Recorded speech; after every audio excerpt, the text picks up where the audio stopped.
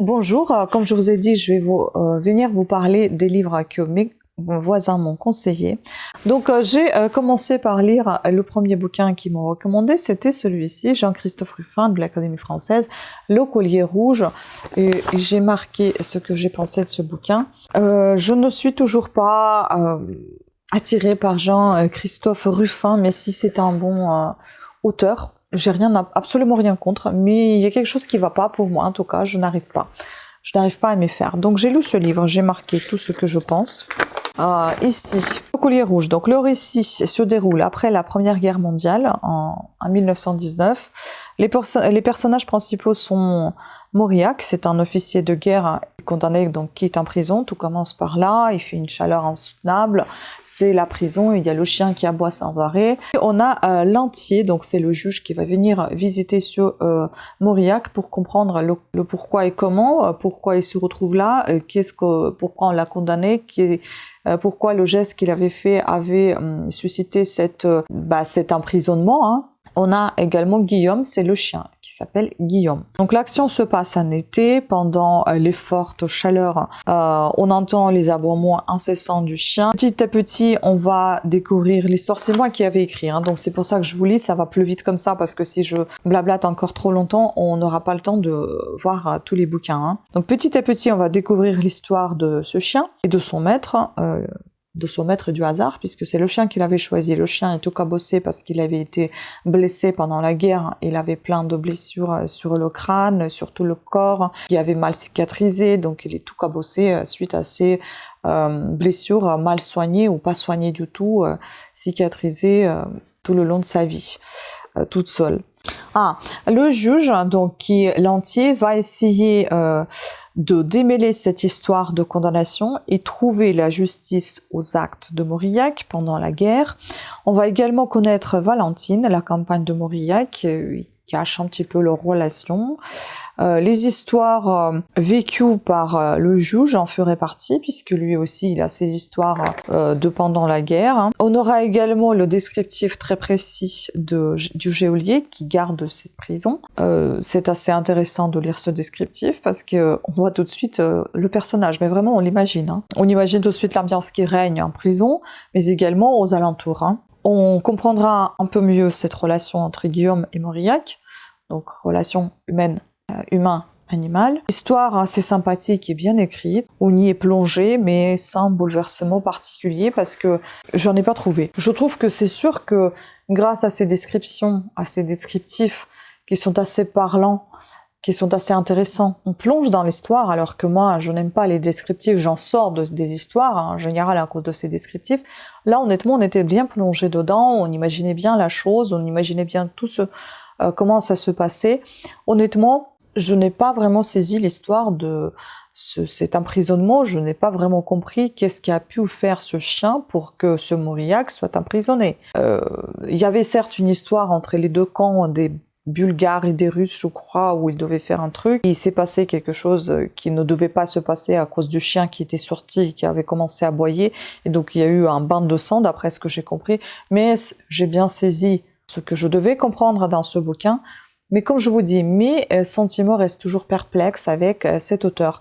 À chaque fois, je m'attends à quelque chose de dingue, il s'éplat à la fin. C'est moi, hein. Peut-être que moi, je trouve les émotions pas assez comme le feu d'artifice, j'en sais rien, mais en tout cas, je m'attends toujours à voir un feu d'artifice à la fin. Je ne sais pas pourquoi. Peut-être c'est moi qui mets trop d'attentes. Mais en tout cas, mon voisin, il était hyper emballé par ce bouquin, par cet auteur, il aime beaucoup. Je ne doute pas une seconde que c'est un bon auteur, mais peut-être qu'avec moi, ça passe pas. Voilà, donc je ne suis pas en train de critiquer l'auteur, je dis tout simplement ce que je pense. Mon avis est tel que ça m'a pas plus emballé que ça. Alors qu'honnêtement, j'ai pensé que j'allais pleurer avec ce bouquin, pas du tout. Voilà. Donc oui, c'est un avis assez mitigé, perplexe, j'ai apprécié. Je peux pas dire que j'ai aimé, que j'ai adoré, mais oui, j'ai apprécié, c'est bien écrit. C'est sans plus. Voilà. On passe au suivant. Alors, je reviens vers vous pour continuer la suite de cette vidéo de lecture recommandée. Je suis en train de lire Alfie. Je suis un tout petit peu moins que la moitié, je suis à un quart de livre, je pense. Si je change d'avis d'ici là, j'y reviendrai. Pour l'instant, franchement, j'ai envie de vous dire, c'est pas du tout la lecture que j'aime. Je n'ai pas compris, enfin, je n'ai pas compris, hein, chacun ses goûts, hein, mais la personne qui nous l'a donné, elle était très très emballée par cette lecture. Elle a dit que c'était waouh, c'était super, super, super. C'est pas du tout dans mon style. Hein. En fait, c'est trop moderne pour moi déjà. Je ne suis pas du tout pour IA. Dans certaines choses, oui, mais pas partout. Là, on est sur un cas de robotique domotique, comment on dit ça? Domotique, c'est ça, la robotique domotique. Donc c'est intelligence artificielle à domicile. Donc vous avez un robot qui vous dicte, enfin pas qui vous dicte, mais qui vous aide. C'est une sorte de bonne à l'ancienne, mais c'est un robot en fait qui vous aide dans votre vie quotidienne. Et donc c'est un couple de 4 personnes, enfin c'est une famille de 4 personnes, dont un couple, Claire et Robin, je crois qu'ils s'appellent, et puis il y a Zoé et Lily, je crois, je sais plus comment elles s'appellent, les enfants. Je sais plus s'ils sont 4 ou 5. Enfin, ils ont 2 ou 3 enfants, je ne m'en souviens pas, tellement je suis à fond dedans pour vous dire.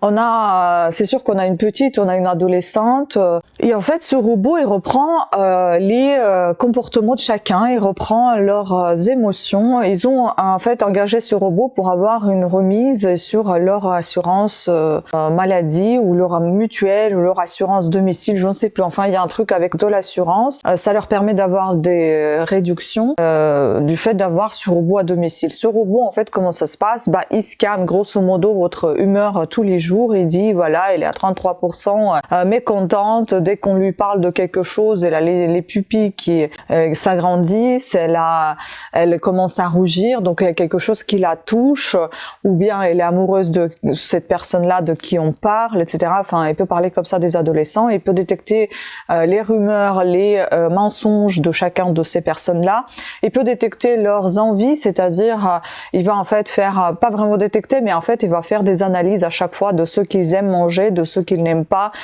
quel jour leur fait plaisir de manger ceci ou cela, et donc à chaque fois il fait ses statistiques, ses analyses. Voilà, aujourd'hui à 43%, j'en suis sûre qu'il va aimer avocats et crevettes. Enfin, je vous dis n'importe quoi, mais c'est un peu dans le même style.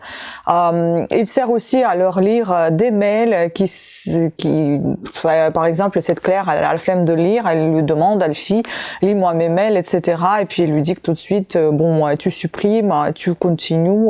Il y a des mails où elle l'arrête net pour qu'il arrête de les lire parce qu'il y a des choses qui sont purement personnelles et qu'elle n'a pas envie de partager même avec un robot. Déjà qu'elle n'a pas envie, à mon avis, partager tout court, que ça s'entend parce que lui, il parle à voix haute. J'ai l'impression aussi qu'il les accompagne un petit peu dans la voiture, au travail. Des fois, il vient avec eux. Des fois, il accompagne les enfants à l'école. Et donc, à chaque fois, dans ses accompagnements, il essaie de faire un genre pote parce qu'il reprend aussi leur comportement, leur franc-parler parfois, leur parler un peu familier pour certains cas, pour certaines personnes comme les ados par exemple, ou les enfants.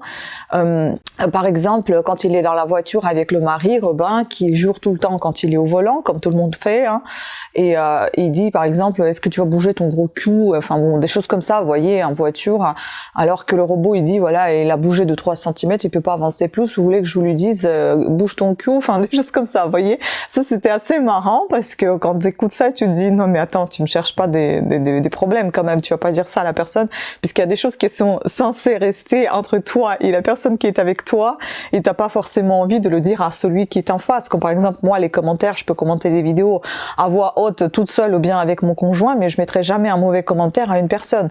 Hors de question de la critiquer. J'ai ma propre critique, j'ai envie d'en parler tout simplement, mais c'est pas pour autant que je vais lui dire en face, je vais la blesser. C'est pas de l'hypocrisie, loin de là, parce que ce sont des gens que je ne connais pas. J'ai pas envie de les connaître dans la vie personnelle ni professionnelle. Je regarde tout simplement leurs vidéos et je dis ce que j'en pense à voix haute sans forcément les blesser, parce que aujourd'hui peut-être que j'étais dans un mauvaise humeur et je j'ai pas envie de déverser tout ça sur quelqu'un d'autre. ou bien s'il y a vraiment quelque chose qui m'énerve, bah je ferme la vidéo et puis basta, c'est tout. Et donc lui, en fait, il vous accompagne, mais comme les humeurs sont projetées en quelque sorte sur lui, il enregistre tout, il analyse tout, il a les statistiques, puis là on rencontre que ce Robin, il va tromper sa femme avec une certaine Eva, je crois, ou Eve, qui lui envoie des mails et qui sont allés à l'hôtel tel jour, telle heure, etc. Et le robot avait tout enregistré, il avait lu le mail de Robin, et quand ils étaient dans la voiture, justement, quand il était en train de jurer et tout ça, il lui lisait aussi des mails, puisqu'il lui avait demandé de lire des mails ou des messages qu'il réceptionnait. Le robot lui dictait et lui interprétait ce qui était dedans. Et il a dit, celui-ci, tu l'effaces, tu l'oublies, tu supprimes, tu n'en parles plus. Parce que le robot, il a commencé à dire, est-ce que souhaitez-vous que je réserve l'hôtel pour telle heure, tel jour avec Eve pour que vous fassiez la sieste avec elle? Et en fait, ce qui s'est passé aussi, c'est que le robot n'est pas, enfin, c'est pas un humain, hein, il peut pas comprendre peut-être qu'il est en train de tromper, parce que des fois, aussi, c'était une histoire avec l'adolescente qui a commencé à rougir par rapport à un garçon. Il a commencé à comprendre un petit peu ce que ça peut être comme un sentiment de gêne, d'amoureux, enfin, peut-être qu'elle est amoureuse. Et donc, du coup, il a commencé à chercher sur Google, voilà, il y a 4 millions de résultats, comment se comporter comment draguer en quelque sorte la personne qui te plaît, ou comment lui montrer qu'elle te plaît, etc. Et donc, il a commencé à donner des exemples à cette adolescente, comment se comporter avec ce garçon, etc. Et donc, c'était la même histoire avec ce Robin. Et il disait, ils font la sieste, quoi. Donc, il a pas cherché plus loin, mais s'il voulait, je pense qu'il aurait pu trouver ce que c'est que la tromperie, ou je crois qu'il était commencé à aller jusqu'au-là. Et puis, l'autre, il a commencé à lui dire, supprime tout, oublie tout, n'en parle plus, etc. Sauf que ce robot, il a dit, non, je peux pas supprimer puisque vous avez signé le contrat pour la transparence, la clause de comment ils appellent ça, genre il faut être franc avec toute la famille, donc t'as pas le droit de mentir ou quoi, donc t'es obligé d'être transparent. Et donc là voilà, il se retrouve un petit peu dans l'eau caca, on va dire. Et donc on va voir comment il va se débrouiller par la suite avec sa femme. J'ai l'impression que sa femme, peut-être qu'elle le trompe pas, mais il y a peut-être qu'une personne lui plaît également, qu'elle lui crie. Je ne sais pas, est-ce qu'on va être ici sur une adultère avec un témoin pour tout ça, le robot? Est-ce que ce robot va aussi être office d'une nounou pour les enfants? Je ne sais pas. J'ai un truc dans l'œil, ça me gêne. Donc voilà, pour l'instant j'en suis là. Je trouve ça assez drôle par endroits je trouve ça assez, pas pesant, mais assez long, même si les pages sont très courtes. Parfois vous avez rien sur une page, vous avez même pas la moitié, enfin c'est vide. Vous voyez, des fois c'est vide, vous avez trois phrases et c'est fini. Donc je sais pas, je suis assez perplexe, c'est pas le style de lecture que je préfère. Comme je vous ai déjà dit, beaucoup trop poussé, beaucoup trop moderne pour moi. La littérature, pour moi, ça reste quelque chose d'assez profond, d'assez parfois glauque, parce que j'aime beaucoup tout ce qui est thriller. Les romans à l'eau de rose, c'est pas du tout mon truc, et ce type de lecture non plus. Donc, si je change d'avis d'ici là, je vous le dirai lorsque je vais vous présenter la prochaine lecture. Je ne sais pas encore laquelle je vais entamer. Je sais que je suis en train de lire, écouter, on va dire, le Ken Follett, le code oh là là, Corneille, pas le code Corneille, je sais plus, quelque chose Corneille. J'ai rendu le livre parce qu'il était littéralement en train de se décomposer. J'avais même pas envie de le tenir dans les mains parce que je me dis, s'il se décompose, je vais le rendre comment? Donc du coup, je l'ai rendu et je le lis, je l'écoute en fait en audio parce que je ne l'ai pas en physique. Donc je l'écoute et puis je vous en parlerai aussi. Mais pour l'instant, c'est aussi assez marrant parce que là-bas, il parle d'un gars qui est beau et on décrit comment il est beau. Et je me dis heureusement chacun ses goûts, hein, parce que c'est pas du tout pour moi quelqu'un qui est beau en fait, qui est séduisant et qui est attirant. Donc non. Voilà, pour l'instant j'en suis là, j'ai pas beaucoup avancé, mais je vous en parlerai de toute façon la prochaine fois. Alors, je voudrais vous parler des lectures qui m'ont été recommandées par mes voisins, dont une celle-ci, et puis il y aura aussi Ken Follett, réseau Corneille, il faut que j'aille chercher mon carnet. Bon, je vais déjà commencer par Guy de Maupassant, Une vie. C'est une édition d'André Fermégier, aux éditions Folio Classique. Ce livre-là, moi, je ne l'ai pas lu, mais je l'ai plutôt écouté.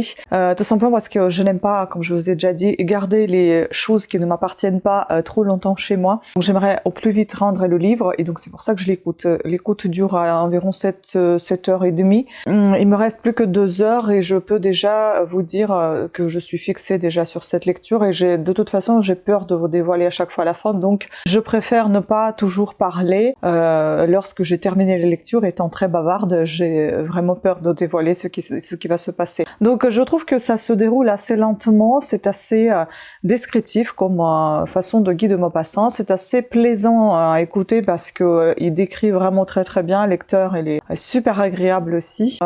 C'est un homme, et il y a des extraits d'une femme aussi qui sont rajoutés dans les dialogues. On a ici Jeanne et Julien, ce sont deux principaux personnages principaux, deux héros dont on va parler tout le long de ce roman. Le roman se déroule comme une vie classique de n'importe quelle personne, mais surtout ici plutôt des personnes un peu, je dirais pas aristocrates, je dirais pas des bourgeois, mais quelque chose du milieu, pas modeste non plus, mais du milieu moyen, on va dire. Ils ont quand même leur bonne, ils ont quand même leur... Quoique, c'est peut-être une bonne situation, parce qu'il me semble qu'au départ, on parle du père qui avait beaucoup de immobilier aujourd'hui, on dirait, beaucoup de terres qu'il a revendues et qu'il en a gardé, je crois, pour sa fille aussi, si je me trompe pas. Donc, il va marier sa fille, ils vont, avec sa femme, vont marier sa fille à un certain Julien, avec qui elle va bien s'entendre. Ça va être un amour doux, un petit peu un amour d'une adolescente, on dirait, alors que c'est une jeune femme qui n'a encore eu aucune relation intime.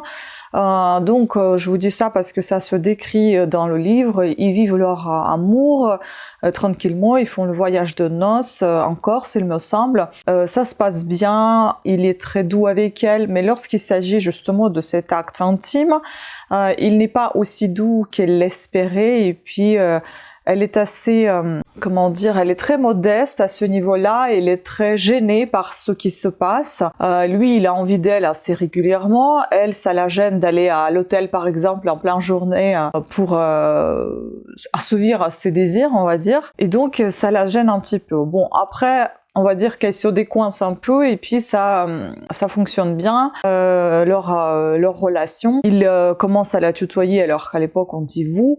Elle comprend pas pourquoi du coup il dit maintenant tu. Enfin bon, il y a des choses qui se sont passées, donc je pense que c'est un peu normal qu'ils te disent tu.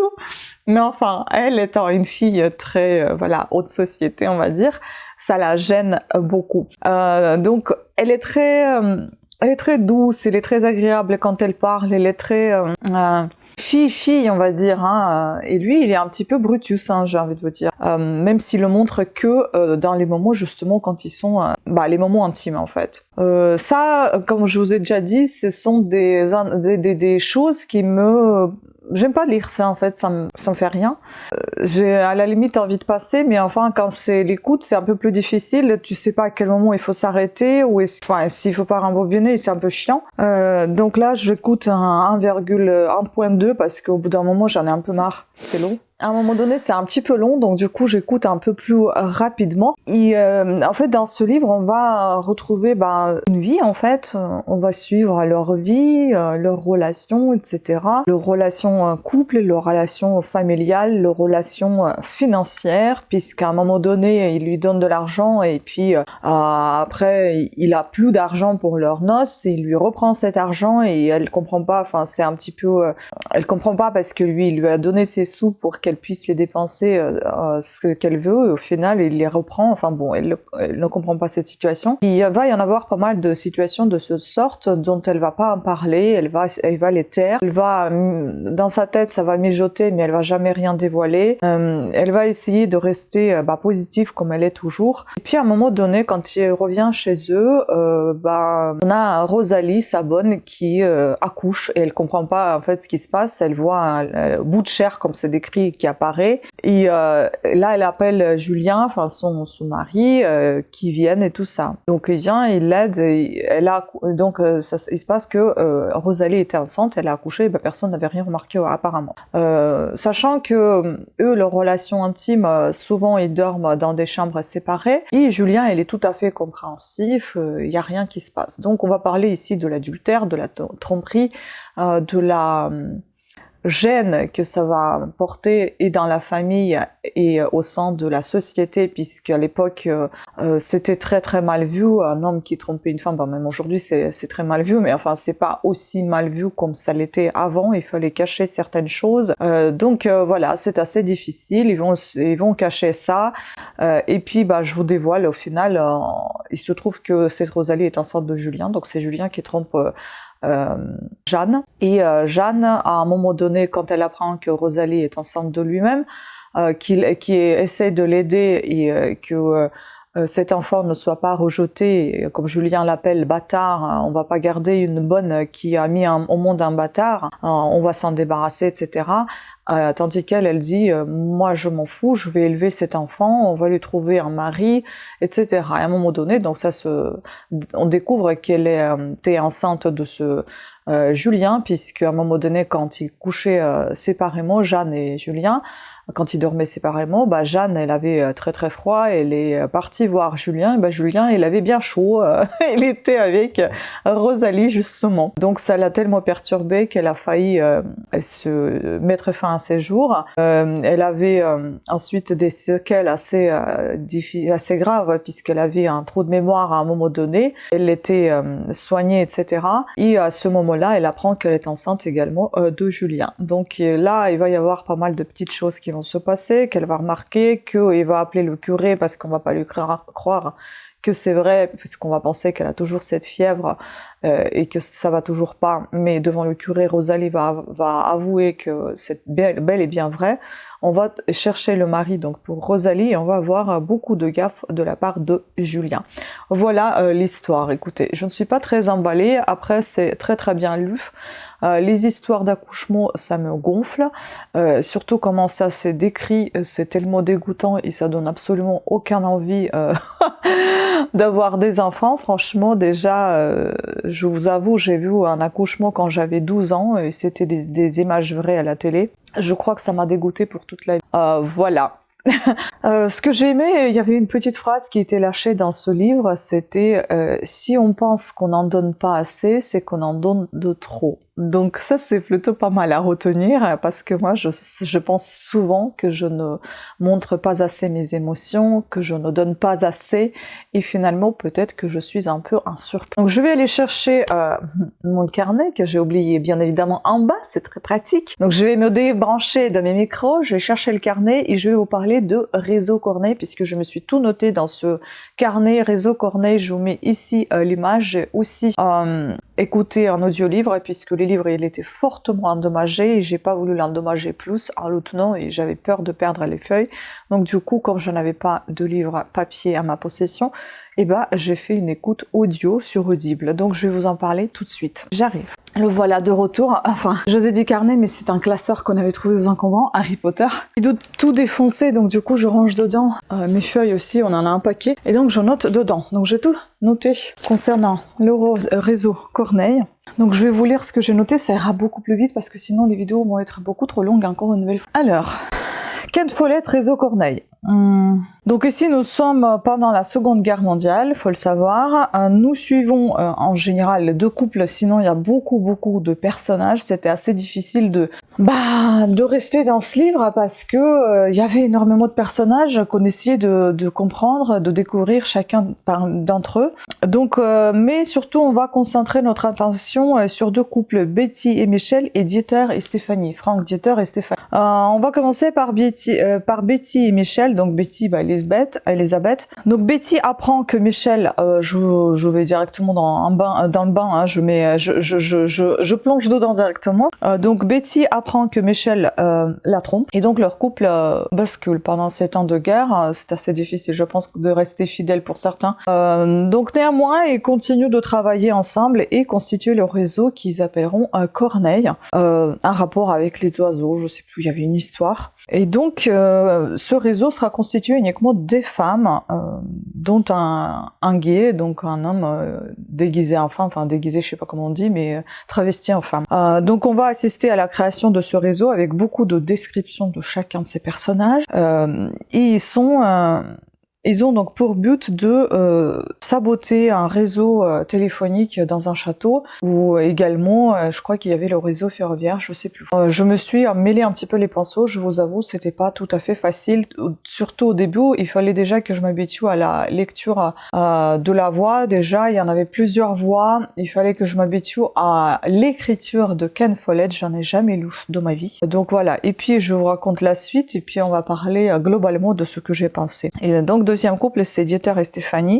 Donc c'est un couple franco-allemand. Mais il me semble aussi Betty, elle est allemande, je sais plus. Et là, c'est Dieter qui est allemand et Stéphanie est française. Donc Dieter a sauvé en quelque sorte la vie de Stéphanie, qui était un peu rejetée par la société française, parce que c'est la guerre. Chacun fait comme il peut et comme il veut. Surtout comme il peut, je pense. Et donc elle a été un petit peu abandonnée, grosso modo. Et c'est Dieter, l'allemand, qui l'a sauvée en fait de la prison, je crois.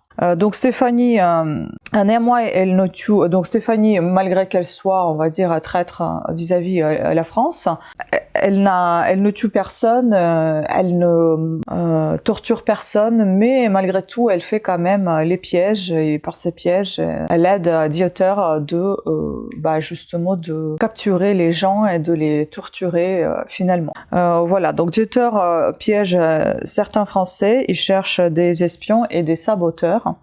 Tout ne va pas tourner comme prévu. On aura des drames et des accidents dans ce livre, des tortures, comme pendant les temps très lourds et difficiles pendant la guerre. Mais nous allons assister à beaucoup d'amour, de scènes assez explicites, notamment intimes, et de torture aussi, donc des scènes sacrément décrites, qui sont vraiment désagréables à écouter. À un moment donné, je vous avoue que je m'en foutais un peu, que j'allais rater quelque chose, donc je passais, parce que c'était impossible pour moi d'écouter ce genre de choses. Des scènes explicites, l'esprit ouvert concernant certains personnages dans les scènes intimes, et puis de la vengeance, beaucoup de vengeance. Donc le livre est très très bien écrit, en détail et beaucoup en description, donc ce n'est pas mon style, notamment concernant justement les scènes intimes et les scènes de torture très explicites, et assez gênantes et désagréables à lire ou à écouter. J'ai écouté jusqu'au bout. À la fin, j'ai quand même lâché une petite larme, parce que je trouvais que c'était quand même bien ficelé. C'était bien fait, et quand vous écoutez, en fait, ça vous fait vraiment un film. Sachant que moi, je suis quelqu'un qui imagine beaucoup de choses, qui a l'imagination beaucoup trop riche. C'est justement pour ça que je n'arrive pas à regarder les informations à la télé, parce qu'après je dors pas, parce que je m'imagine beaucoup trop de choses. Et là, en fait, dans ce cas, c'était plutôt bien, dans le sens où j'imaginais tout ça comme si c'était un film. Mais c'est vrai que les scènes de torture et scènes intimes, ça m'intéressait pas plus que ça, encore avec mon imagination débordante. J'avais pas trop envie de me mettre dans ce bain-là, dans ces bains-là plutôt, donc je laissais passer. Et surtout, c'était un peu gênant, parce qu'il y avait beaucoup de lectures que j'ai faites dehors, donc il y a quand même le voisinage, et quand vous êtes sur les scènes intimes, je vous avoue, c'est pas terrible. Ou alors quand je passais vraiment près de mes voisins, j'avais l'audio qui était assez fort, et bon, je pensais qu'il y avait personne, et moi j'étais là en train d'écouter, et je faisais des photos des objets que je devais mettre en vente. À un moment donné, c'était bras en l'air, vous êtes encerclés. Il y avait mon voisin qui sort de la maison, je dis oh là là, c'est vraiment une tarée.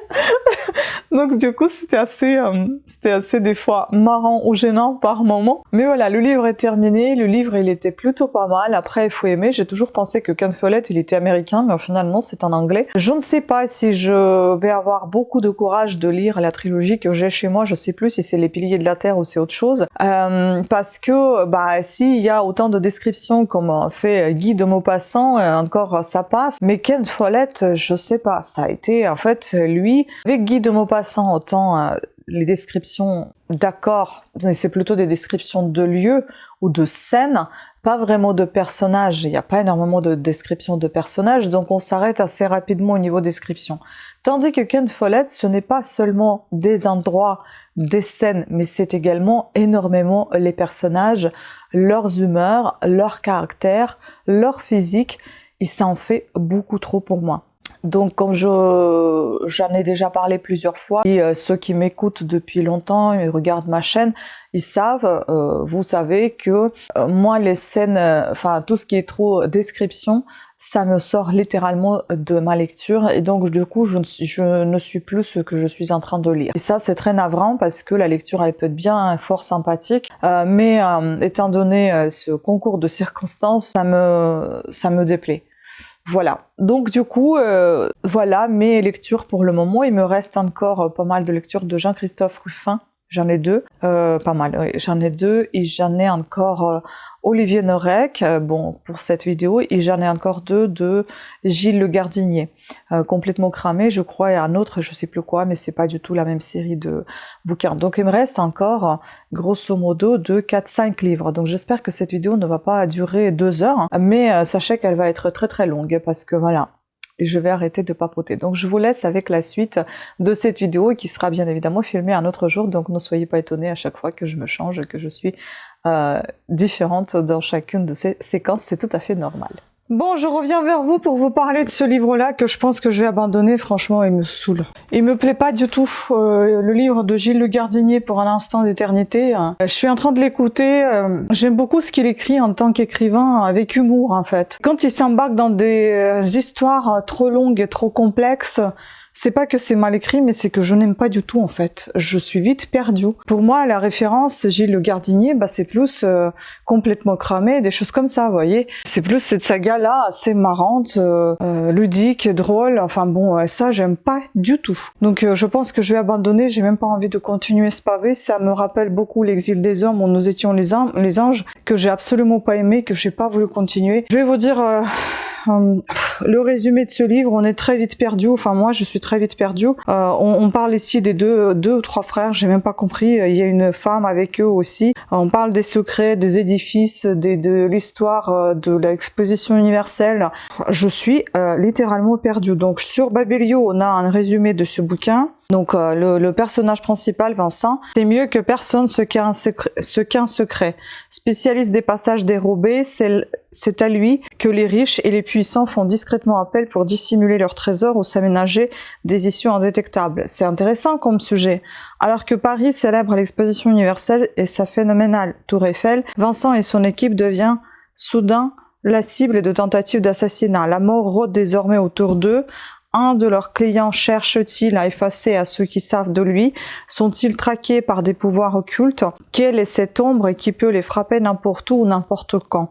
Dans une époque bouleversée, confronté à des mystères surgis d'un autre temps, Vincent va tout faire pour déjouer la menace et sauver les siens. Ce qu'il s'apprête à découvrir va faire voler en éclats tout ce qui croyait savoir du monde. Donc on a ici un avis d'une personne qui est complètement, je suis tout à fait d'accord avec elle. Donc elle dit pareil, je préfère très certainement Le Gardinier dans ce qu'il écrit habituellement. J'aime bien son humour qui est dans la pêche et qui décrit des vérités. J'avoue que j'ai lu ce roman il y a une dizaine de jours et contrairement à mon habitude d'écrire à chaud mes billets, j'ai traîné pour cause de travail intensif et je me rends compte que j'ai déjà complètement oublié ce roman. J'ai dû relire la 4e de couverture pour m'en souvenir, alors déjà rien que c'est dire que le roman ne m'a pas transporté. L'écriture de Le Gardinier reste ce qu'elle est, agréable et plaisante, le fond de l'histoire très intéressant car effectivement les passages secrets et autres secrets des maisons auraient pu être passionnants, mais j'ai peu adhéré à cette histoire, ni même au personnage. Je pense que cette narration distante qui a fait que je n'ai pas pu m'approprier cette aventure, c'est dommage car l'idée de fond me plaisait réellement. Je suis donc vite passée à autre chose puisque le roman était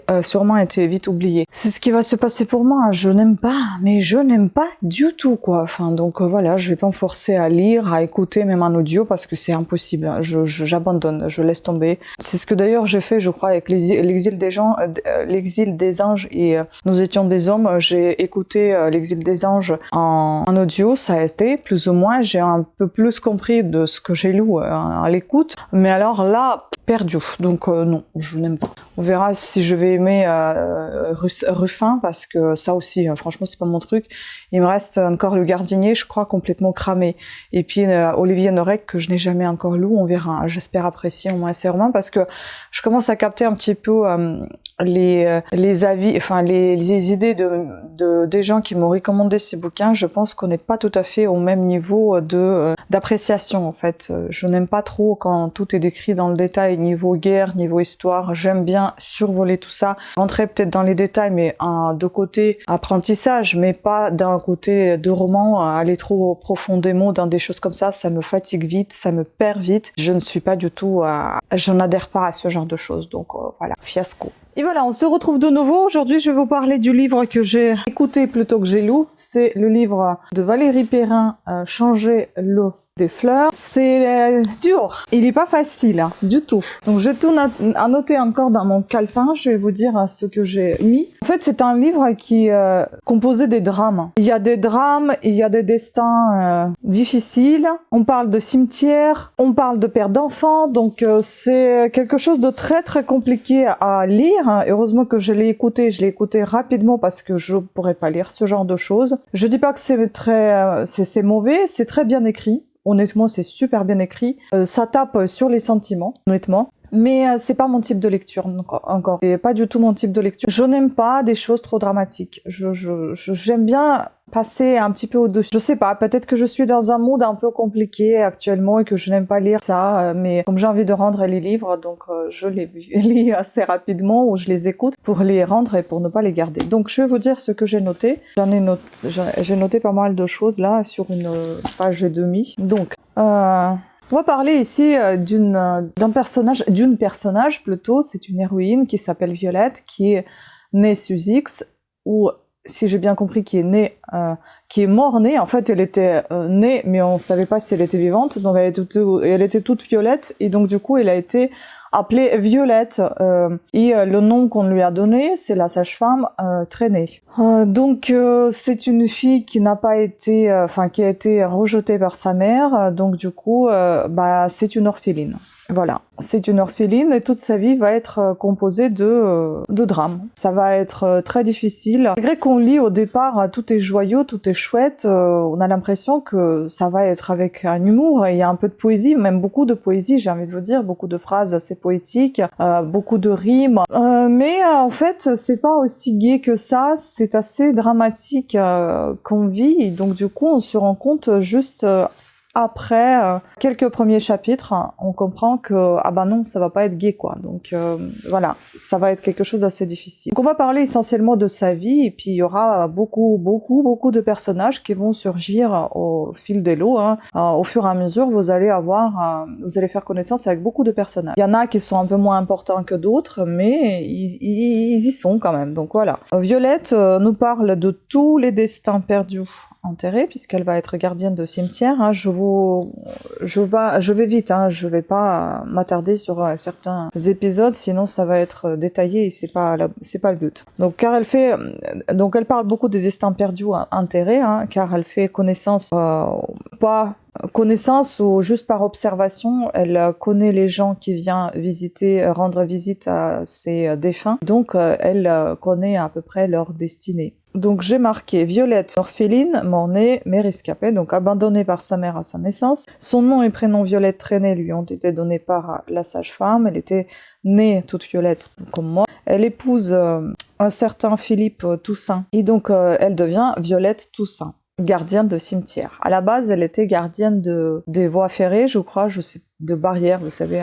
Et après, donc, ils sont devenus tous les deux gardiens de cimetière, mais ils sont pas restés longtemps ensemble, puisque lui, il l'a trompé assez régulièrement, et à un moment donné, il disparaît. Philippe Traînée, on l'a plus revu depuis le début de livre, et après, en fait, ce qui se passe, c'est que vous allez à chaque fois revenir dans le passé, revenir dans le présent, passé. C'est dur avec autant de personnages de valser entre les deux temps. Pour moi, c'était un peu compliqué.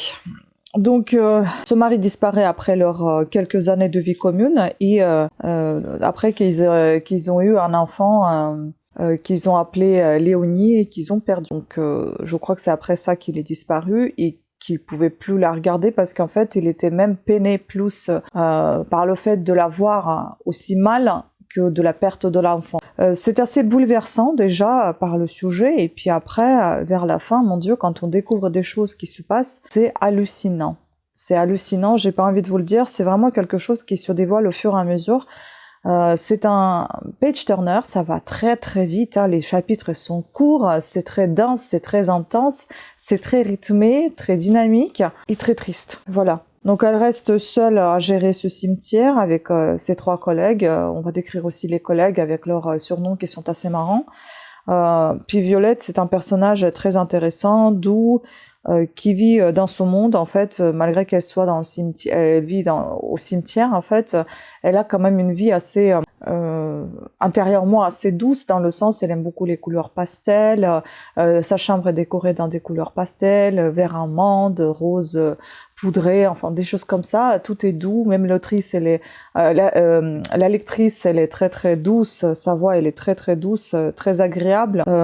Donc en parlant de Violette justement, on parle ici qu'elle a 2 dressings hiver et été. C'est ce qui était très marrant, c'est que c'est pas pour dire que il y a des choses qu'elle mettait en hiver et d'autres qu'elle mettait en été, c'était plutôt pour dire que les choses d'hiver, le dressing d'hiver était réservé au cimetière en fait, aux gens qu'elle rencontrait pour être plus sobre possible, pas trop apparente, voilà, elle était un peu neutre on va dire. Et le dressing été, c'était son dressing qu'elle pouvait même mettre, par exemple une robe rouge qu'elle pouvait mettre sous un manteau noir, qu'on verrait même pas sa robe, et donc en fait voilà, elle cachait son dressing d'été pour des occasions spéciales et non pas pour son travail. Mais son travail est devenu quasiment sa vie en fait, c'était très difficile, elle connaissait tout le cimetière par cœur, elle connaissait tous les allées, tous les morts quand quand ils étaient enterrés, par qui. Elle savait que tous n'étaient pas sympas dans la vie, chacun avait ses problèmes, et il y en avait même peut-être qui étaient vraiment pas sympas du tout, mais néanmoins elle venait quand même nettoyer les tombes, elle les fleurissait, elle vendait les fleurs, et lorsque les fleurs se vendaient pas ou elles fanaient, elle les mettait aux tombes qui étaient plus ou moins abandonnées, qu'elle venait fleurir. Donc c'était une personne très adorable, très douce, très responsable, très sérieuse et très serviable, à l'écoute des autres qui venaient la voir. Elle les écoutait, leur servait un thé ou un petit quelque chose d'assez fort pour les aider à surmonter les douleurs de la vie, les malheurs. C'est une personne comme ça qu'on rencontre tout le long de ce livre. On parle que d'elle, et puis on parle de ses douleurs, de ses malheurs, de sa perte énorme qui est sa fille. Elle n'arrive pas à faire le deuil. Évidemment, c'est pas possible de faire le deuil de perte d'un enfant. Je pense c'est très difficile déjà d'en être cher, mais en plus la perte d'un enfant, sachant que c'est pas quelqu'un qui décède de la vieillesse, ce qui est plus ou moins normal dans la vie. Mais alors un enfant qu'elle perd, c'est compliqué. Voilà. Donc elle gère bien son cimetière, comme je vous ai déjà dit, elle défend son cimetière bec et ongle, parce qu'il y a aussi des gens, comme vous le savez, hein, au cimetière, il y a des gens bizarres des fois qui viennent faire l'amour, qui viennent regarder des films, qui viennent faire le bazar sur le cimetière. Et bien elle fait partie des gens qui vont essayer de se débarrasser de ce type de public qui vient empester, on va dire, ce cimetière. Elle va des fois se transformer en fantôme, leur faire peur. Enfin, vous voyez, ce sont des choses assez ridicules, des fois assez drôles, mais tout en douceur et tout en douleur, j'ai envie de vous dire. Donc c'est pas facile du tout ce livre. Elle fait aussi connaissance avec un certain commissaire qui vient lui demander de lui rendre un service, et on va encore replonger dans une autre histoire, de l'histoire de sa mère qui est décédée aussi et qui a demandé d'être enterrée, qui a demandé que ses cendres soient dispersées sur la tombe d'un certain monsieur, et donc on va aussi découvrir la destinée de cette femme et ce monsieur qui se connaissaient, alors que le fils, il le connaissait absolument pas, et il disait, je vais pas disperser les cendres sur la tombe d'une personne que je connais absolument pas, ce à quoi Violette répond que, bah, vous connaissez pas, mais votre mère le connaissait, donc c'est sa volonté, il va falloir faire avec, grosso modo. Donc il découvre petit à petit aussi l'histoire de cette mère et de ce monsieur. Donc c'est très bien écrit, dans la douceur, avec une touche d'humour et beaucoup de tristesse que l'on ressent à travers son récit, surtout lu par Françoise Cadol, c'est comme ça qu'elle s'appelle, la lectrice, une voix douce et très agréable.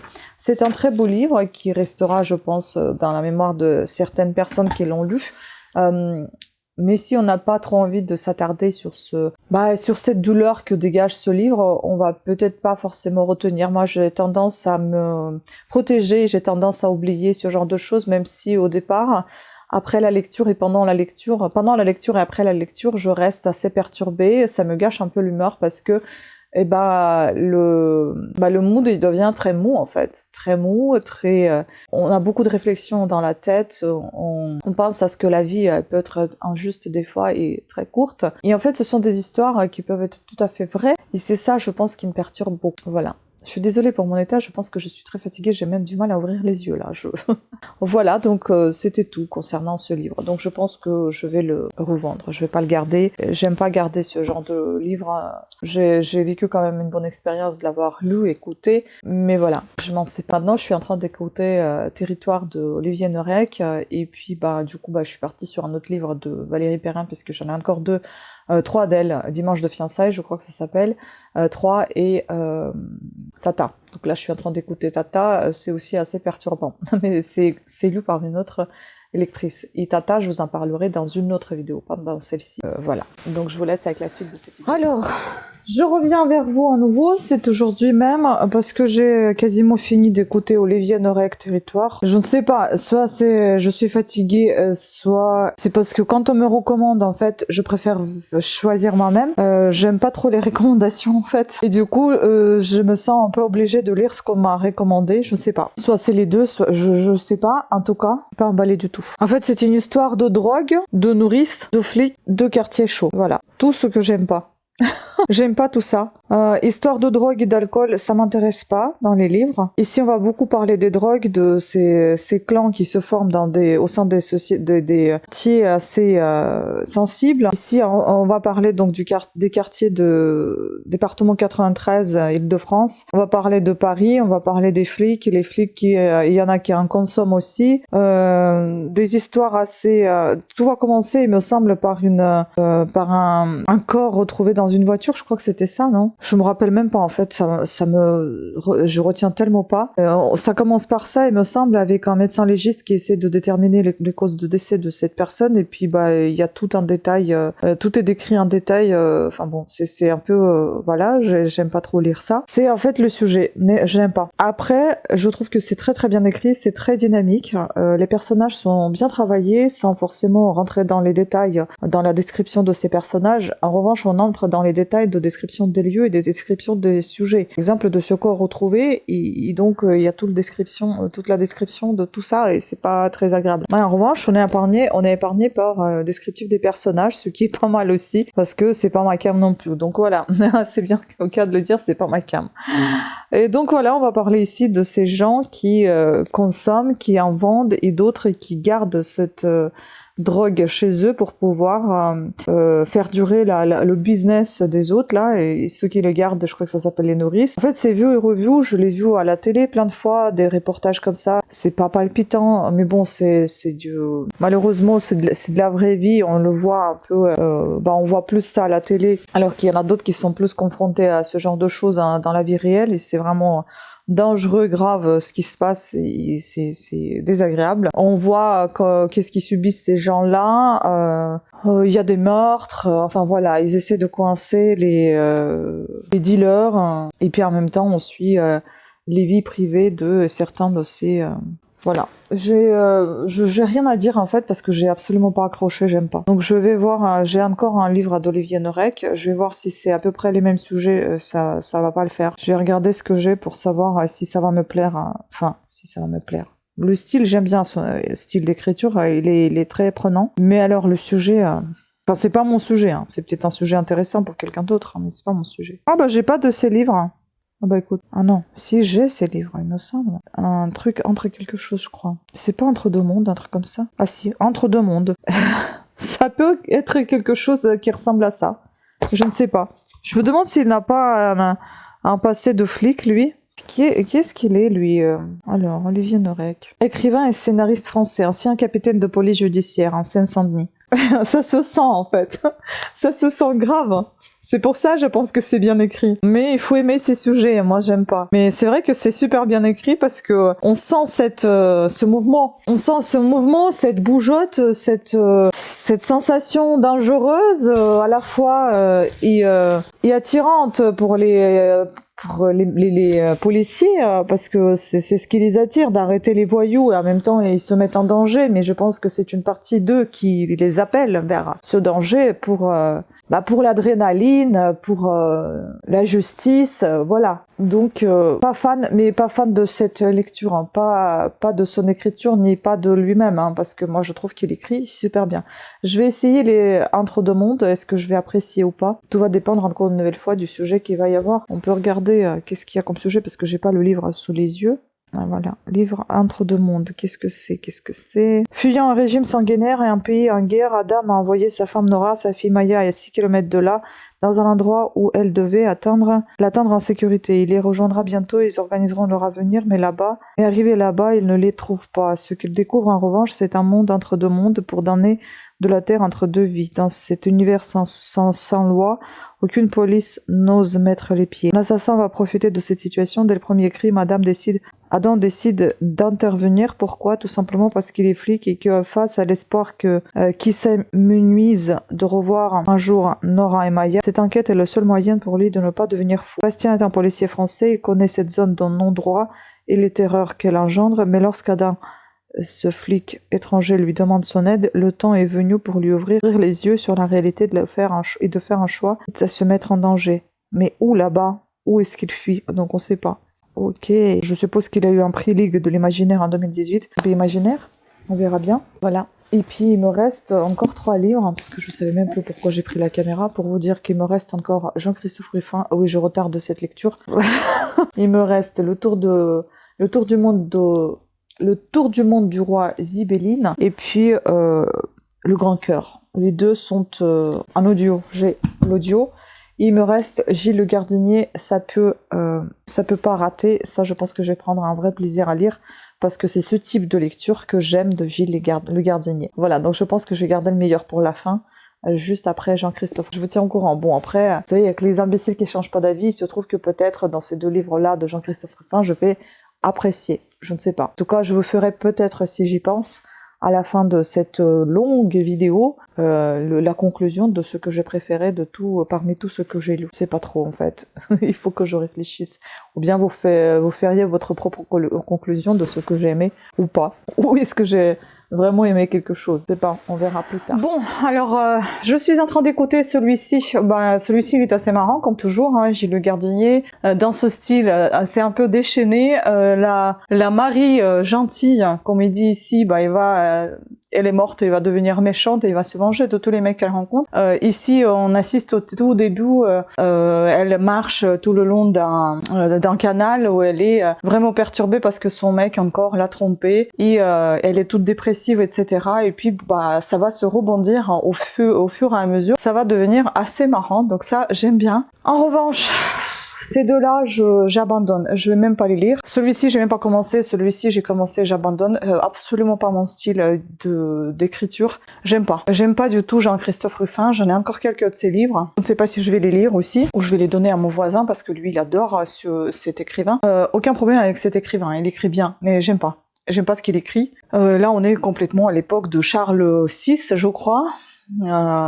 C'est complètement pas ma cam, hein. En fait, on va parler il y aura aussi un petit moment où on va maltraiter un animal. Je déteste ça, donc j'ai dû avancer parce que je peux pas écouter ça et je peux pas lire ce genre de choses, même si c'est qu'un bouquin, mais je n'aime pas lire ça. Puis on va voir ici toute l'histoire. D'ailleurs, je vais vous lire l'histoire, un avis de quelqu'un qui a été assez percutant et qui m'a donné envie de dire la même chose au final parce que je suis pas du tout fan. Donc, alors c'est un avis que j'ai trouvé sur Babelio. Ah, il y a des bons avis, hein, mais moi c'est pas du tout mon truc. Donc ici, il y en avait un avis qui ressemblait à ce que je ressens moi. On va être dans l'Orient, voilà. La postface du Grand Cœur atteste que Jean-Christophe Ruffin a mis tout le sien, oui bon, dans cette biographie romancée sous forme de mémoire. On le comprend, la destinée extraordinaire de Jacques Cœur, négociant d'origine modeste devenu argentier du roi Charles VII, a bien de quoi susciter l'empathie et enflammer l'imagination. L'histoire au XVe siècle prend ici son essor à travers l'Odyssée de ce rêveur humaniste et ambitieux. C'est la fin des croisades, la pacification progressive du royaume de France et l'ouverture des échanges commerciaux avec l'Orient sous l'impulsion visionnaire d'un cœur vaillant qui rien ne semble impossible. Et tiens, ça me rappelle un truc. Ces mémoires livrent aussi un nombre de réflexions sur les fourberies du pouvoir et autres stratégies politiques pas si éloignées de nos contemporains et sans aucun doute familières à l'auteur qui fut entre autres l'ambassadeur de France, faut-il le rappeler. Les éléments sus-mentionnés promettaient donc un récit passionnant, d'où ma déception sans doute, longueur, redondance et détails superflus ont poliment ennuyé et une fois de plus le style de Jean-Christophe Ruffin m'a laissé insensible. Ça c'est tout à fait moi. Recherché mais souvent factuel, il lui manque à mon sens, le souffle et la puissance digne d'une épopée de cette envergure. Bref, aussi attachant soit-il, Un Grand Cœur en l'occurrence ne fait pas tout à fait un grand livre, dommage. J'en ai lu que la moitié, enfin j'ai écouté la moitié et ça m'a déçu la moitié. Et celui-ci, j'ai même pas envie de le commencer parce que je pense que ça va être idem. On va lire un avis de quelqu'un, comme ça va vous faire un avis. Mon avis c'est non. En l'occurrence, celui-là n'a pas de très bons avis, hein. On n'en parle pas super bien et je pense pas du tout que je vais accrocher parce que son style trop historique à mon goût, pour moi, je vous avoue, je connais pas tout, donc je suis loin d'être bête, mais c'est pas en fait c'est pas ma langue maternelle, donc du coup il y a pas mal de choses que pour moi sont assez compliquées à comprendre et il y a pas mal de, enfin j'aime pas du tout le style en fait d'auteur. Donc il était une fois dans les années 1770 un jeune comte hongrois Auguste Benjowski qui après avoir été fait prisonnier par les Russes se retrouvera banni avec ses infortunés camarades au Kamtchatka, terre peu hospitalière peuplée de Cosaques. Ainsi pourrait commencer la grande aventure que nous compte Jean-Christophe Ruffin avec son Roi Zibelline, aventure basée sur les mémoires du dit comte qui bien malgré lui se transforme en navigateur averti comme tant d'autres au XVIIIe siècle,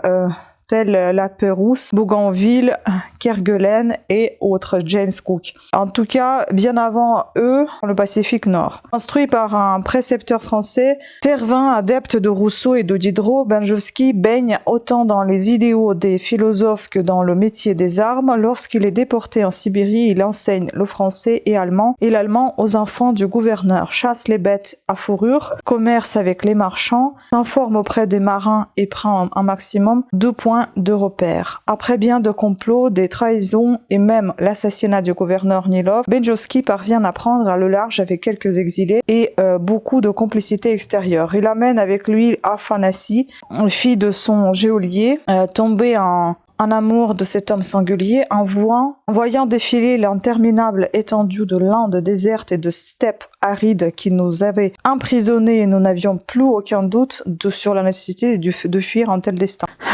Commence alors une navigation difficile, un nom inconnu, malgré les quelques relevés et cartes dérobées, et c'est ainsi que Benjowski met à profit l'usage du monde tel que le lui a enseigné son précepteur. Subissant vents et tempêtes, déviations de route et insubordination à bord, avarie du bateau et hostilité pour faire provision d'eau et de nourriture, le hardi Benjowski traverse le détroit de Bering, longe l'Alaska sur les côtes du Japon, où il reçoit une lettre patente du roi. Arrivé à Macao, l'audacieux navigateur doit... Oh putain, il a décrit tout le livre ou quoi? Donc déjà, même l'avis de la personne là, ça me donne aucune envie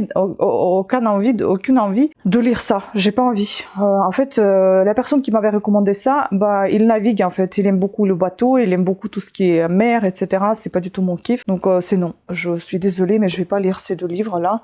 ça me plaît pas du tout. Je vais terminer d'écouter celui-ci complètement, ça peut pas rater, de Gilles Le Gardinier, et puis basta. Je termine cette vidéo ici parce qu'elle était déjà beaucoup trop longue, j'en suis navrée, et je suis désolée que il y avait 2 abandons dans ce point lecture, parce que ce n'est pas du tout mon auteur ni préféré, ni mon auteur tout court, je n'aime pas. Voilà, mais j'en doute pas que c'est un bon auteur, hein, mais pas pour moi en tout cas. Voilà, pas pour, c'est pas mon type de lecture. Sur ce, je vous embrasse, je vous remercie beaucoup d'avoir regardé cette longue vidéo et je vous dis à très bientôt.